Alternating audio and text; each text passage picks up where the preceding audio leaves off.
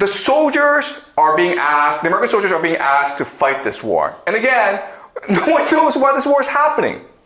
But there's reporting that the generals are telling the soldiers, this is a war for Jesus. This is a war to create the second coming of Jesus. Okay? This is Jonathan Larson, and he's writing this on Substack. Okay?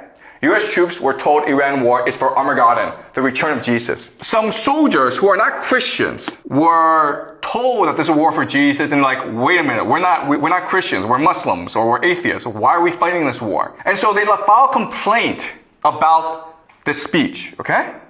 And we're going to read a part of this email that the soldiers who are dissenting sent to some other people to complain about this. Okay? So, could you read, please?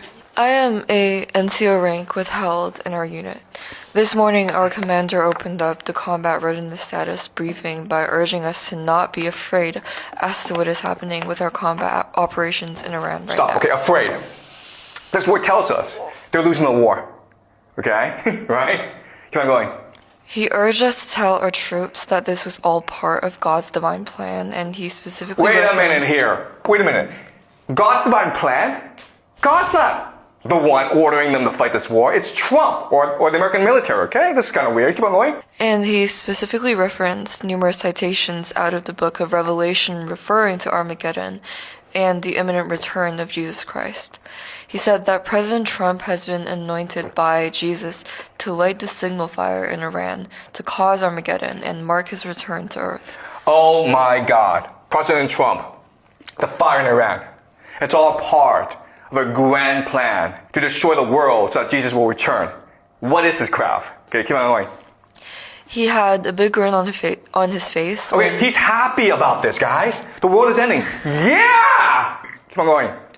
When he said all of this, which made his message seem even more crazy.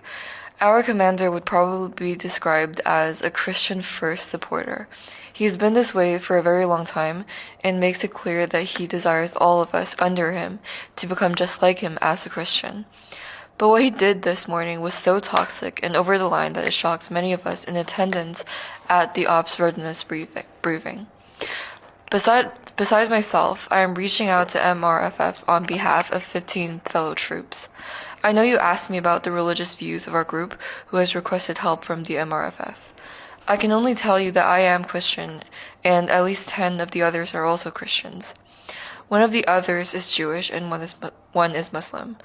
I don't know the religious or non-religious status for the other 3 at this time. Okay, so what is happening is that there are some crazy Christians in the American military, in the American government, okay, that want to use this war to end the world, to force Jesus to return.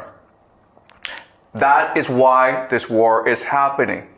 Okay, I'm not saying that this is the reason why. I'm saying like this is a possibility, okay? All right, this is Trump, and these are all religious leaders that support Trump because they see him as the Messiah. They see him as this great hero who will cause the triumph of Christianity and the return of Jesus. And that's a possibility as to why this war is being fought. Okay? Because quite honestly, there's no other reason.